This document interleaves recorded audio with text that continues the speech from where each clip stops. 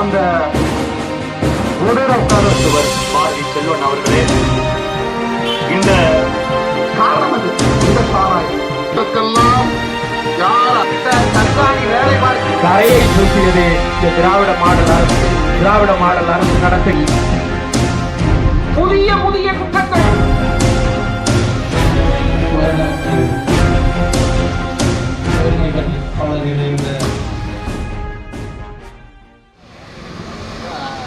மண்டையிடாத மானத்தோடும் வீழ்ந்து விடாத வீரத்தோடும் வாழக்கூடிய பாப்பா நாட்டின் மண்ணின் மைந்தர்களே, தமிழர்களே தலை குனியும் நிலையில் வைத்துள்ள இந்த கொடிய செயலை, பாப்பா நாட்டில் நடந்த ஒரு இளம்பெண்ணுக்கு நடந்த பாலியல் வன்பொருள் செயலை கண்டித்தும், தமிழ்நாடு முழுவதும் போதை மாநிலமாக தமிழ்நாடு இன்று மாறிக்கொண்டிருக்கிறது, அதற்கு அரசுதான் பொறுப்பேற்க வேண்டும் என்றும் அரசையும் கண்டித்து இந்த ஆர்ப்பாட்டம் இங்கே நடைபெற்று கொண்டிருக்கிறது. இதிலே பாதிக்கப்பட்ட பெண்ணுக்கு பட்டுக்கோட்டை அரசு மருத்துவமனையிலே சரியான மருத்துவத்தை தர அவர்களால் முடியவில்லை. எதற்காக அவர்கள் அலைக்கழிக்கப்பட்டு தஞ்சை மருத்துவக் கல்லூரியிலே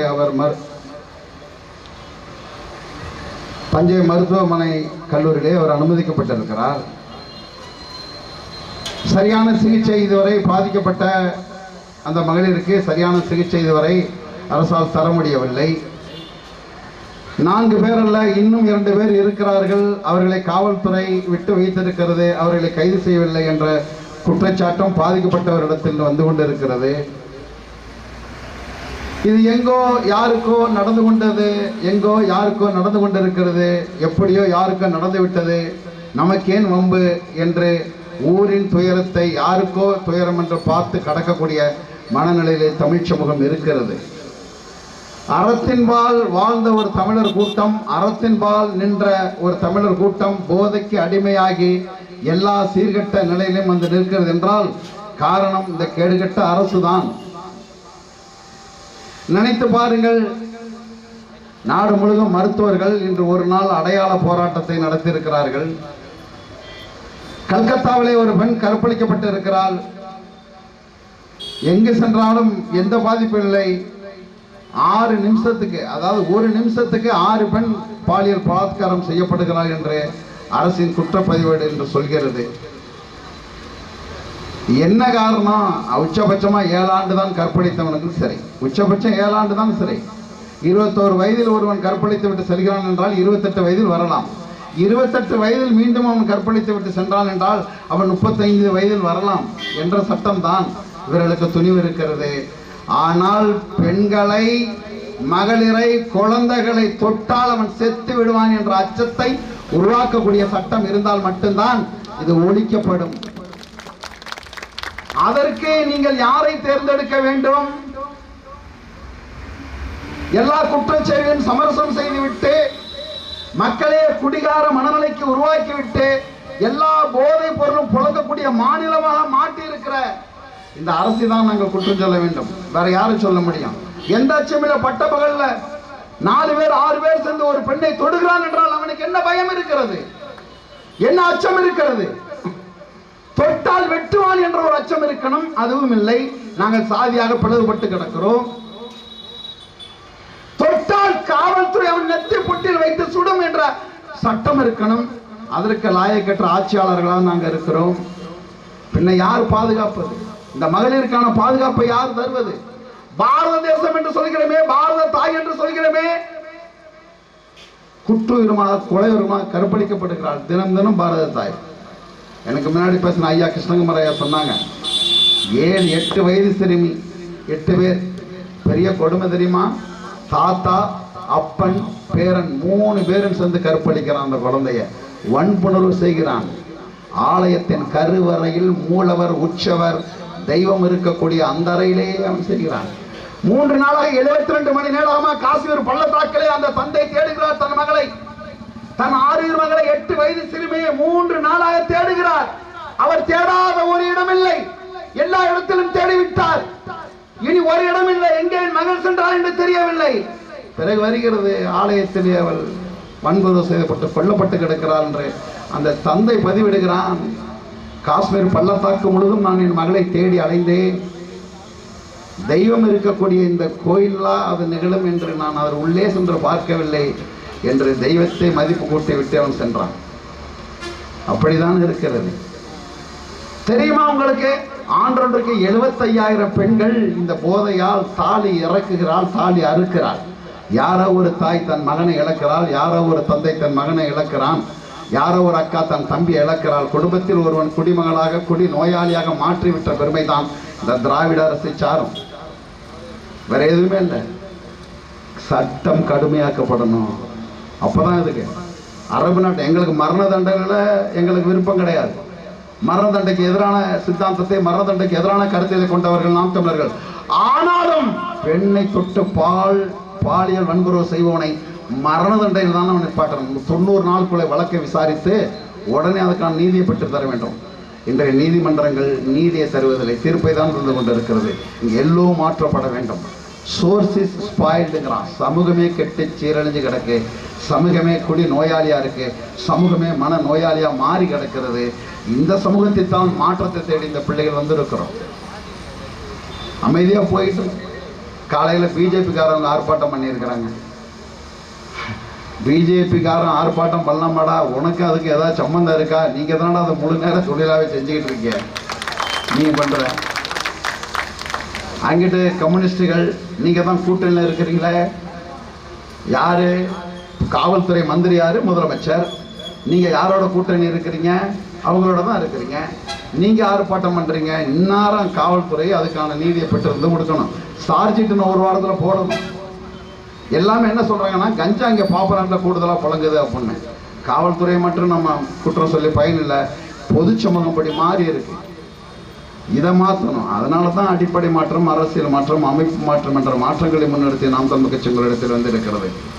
எங்கு சென்றாலும் இதுதான், எங்கு சென்றாலும் இதுதான். நள்ளிரவில் ஒரு பெண் தனியாக சென்று வர முடியாது. பட்ட பகலில் தனியாக சென்று வர முடியவில்லை என்றால் இது நாடா சுடுகாடா? இது யாருக்கான நாடு? யாருக்கான நாடு? தினமும் ரேஷன் அரிசி பறிமுதல், தினமும் ரேஷன் அரிசி பறிமுதல். ரேஷன் அரிசியை பறிமுதல் தினமும் பண்றானா? எங்க இருக்கிற போகுது ரேஷன்? எந்த ரேஷன் கடையில தெரியாது. ஆனாலும் பறிமுதல் பறிமுதல் பறிமுதல். தினமும் கற்பழிப்பு குற்றங்கள் தினமும் நடக்குது. எதுப்பா காரணம்? சாராயம். அரசு தான். நாட்டில் நடக்கக்கூடிய 92 கற்பழிப்புகளுக்கு காரணம் மதுபோதை என்று national crime bureau record of India, தேசிய குற்ற புலனாய்வு காப்பகம் சொல்கிறது. 92 விழுக்காடு மதுதான் என்று. ஏன் அரசு தடை செய்யல? ஏன் தடை செய்யல?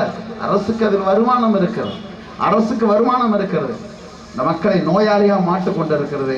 இதற்கெல்லாம் உங்களுக்கு தீர்வு தேடி தான் நாங்கள் வந்து நிற்கிறோம். தீர்வு வேணும் எங்களுக்கு. முதலமைச்சரே அவர்களே, உங்களை நாங்கள் பேசுகிறோம், இந்த அரசை எதிர்க்கிறோம் என்று எங்கள் காழ்ப்புணர்ச்சி கிடையாது. நீங்கள் சரியான நடவடிக்கை எடுங்கள். நாங்களே இந்த பாப்பநாட்டு மண்ணில் கண்டன ஆர்ப்பாட்டத்தை நாங்கள் நடத்த வேண்டும். நாங்களே இங்க வந்து நிற்க வேண்டும். எங்களுக்கு தேவை என்ன? அரசு இங்க வேடிக்கை பார்க்கிறது. அரசின் அவர் சொல்றாரு, இரும்பு கரத்தை கொண்டு அடக்குவேன். அந்த இரும்பு கரம் வந்து துரு பிடிச்சி காயலாங்கடையில் கிடக்கும் போல் இருக்கு. அது மாறணும். மக்கள் புரட்சிக்கு நடக்கணும். மக்கள் புரட்சி நடக்கணும் தொடர்ச்சியாக. அது ஒரு மேலை நாட்டு அறிஞன் எப்படி நம்ம நாட்டில் ஒடுக்கப்பட்ட பிற்படுத்தப்பட்ட சமுதாயத்தின் எழுச்சி நாயனா இருந்த நாட்டின் சட்ட அமைச்சராக இருந்தவர், அரசியல் சாசன நிர்ணய சபையின் ஆய்க்கால உறுப்பினராக இருந்த ஐயா சட்டமேதை அண்ணல் அம்பேத்கர் சொல்கிறார்,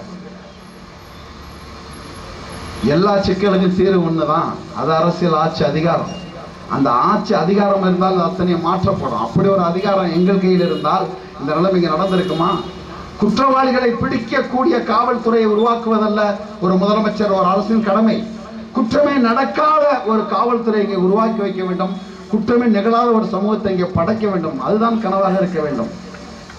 அதுதான் நீங்கள் என்ன அரசியல் நாம் செய்து கொண்டிருக்கிறோம்?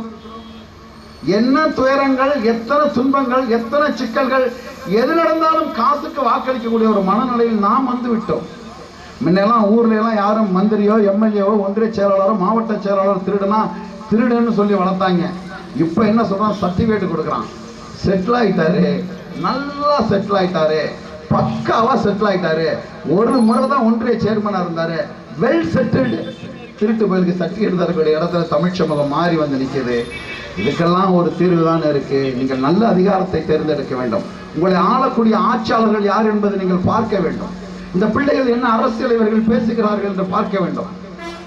கருணாநிதி வாழ்க, ஜெயலலிதா ஒழிக, ஜெயலலிதா வாழ்க, கருணாநிதி ஒழிக என்று கோஷம் போடுவதற்கு அல்ல.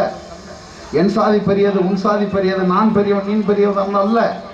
இனம்தான் பெரியது, தமிழ் தான் பெரியது, தமிழர்கள் தான் பெரியவர்கள் என்ற நிலைப்பாட்டில் என்னைக்கு தமிழ் சமூகம் மாறுகிறதோ அன்னைக்கு இந்த நிலம் முழுக்கும் இது மாறும். அதை நோக்கி பயணிக்கக்கூடிய ஒரு தலைமுறையை தான் நாம் தமிழர் கட்சி செந்தமிழ் சீமான் உருவாக்கி கொண்டிருக்கிறார். நாம் தமிழர் கட்சி மேடை, நாம் தமிழர் கட்சி ஆர்ப்பாட்டம், நாம் தமிழர் கட்சியோட பொதுக்கூட்டம் என்றால் அது மாலை நேர சோசியல் சயின்ஸ் வகுப்பு, அது சமூக வகுப்பு, அது ஒரு பொலிட்டிக்கல் சயின்ஸ் கிளாஸ், அது ஒரு வகுப்பு, அது ஒரு எக்காலஜி சயின்ஸ் கிளாஸ், அது ஒரு வகுப்பு.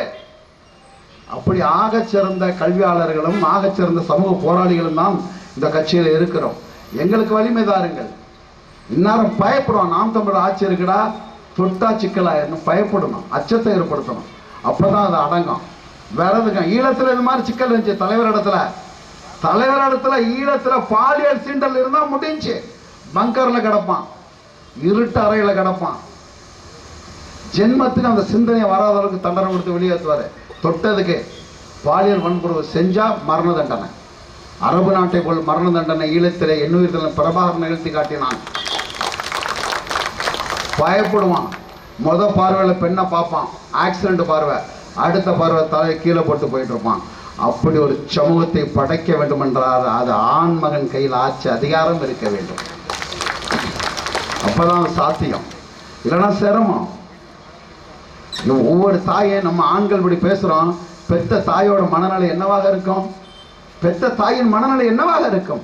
பிள்ளை வெளியில் செல்கிறாள், ஐயோ போன் நாட் ரீச்சபிள் ஆயிடுச்சே, 2 மணி நேரம் தாமதானமே சிக்கலாயிருது, பதஷ்டத்தில் ஆயிடுது. காரணம் இந்த சமூகம் இப்படி இருக்கு. சமூகம் சீர்கெட்டு போய் இருக்குது. இந்த சீர்கெடுக்கெல்லாம் காரணம் எது? இந்த சாராயம், இந்த மது, இந்த ஹான்ஸ், இது அத்தனை தமிழ்நாட்டில் நல்லா புழங்குது. நாங்கள் சாக்கடையை உருவாக்கி வைத்து விட்டு அதில் உற்பத்தி ஆகிற கொசுக்களுக்கு மருந்தடிக்க வந்த பிள்ளைகள் அல்ல, அந்த சாக்கடையை அகற்றி அப்புறப்படுத்த வந்த புரட்சியாளர்கள் நாங்கள். அது இருந்தால் தான்டா கொசுவே வரும் அப்படின்னு தடை செய்யணும். இந்த சாராயத்தை, இந்த அரக்ஸாப்பை, இந்த சாராய கடையை தடை செய்யாமல் இந்த குற்றத்தை ஒழிக்க முடியாது. காவல்துறை மேன்மைமிக்க அதிகாரிகள் நம்ம வீட்டில் பெண்கள் இருக்கிறார்கள் என்ற மைய புள்ளியை மனதில் வைத்துக்கொண்டு இன்றிருப்பும் நாளை நாம் இருக்க மாட்டோம். இந்த பாதிக்கப்பட்ட பிள்ளைக்கு நீதியை நீங்கள் பெற்றுத்தர வேண்டும் என்று உங்களிடம் கேட்டு இதற்கான நீதியை சரியானபடி நீங்கள் வழங்காவிடில் இது அடுத்த கட்ட போராட்டமாக மாறும் என்று கூறி விடைபெறுகிறேன். நன்றி, வணக்கம். நாம் தமிழர்.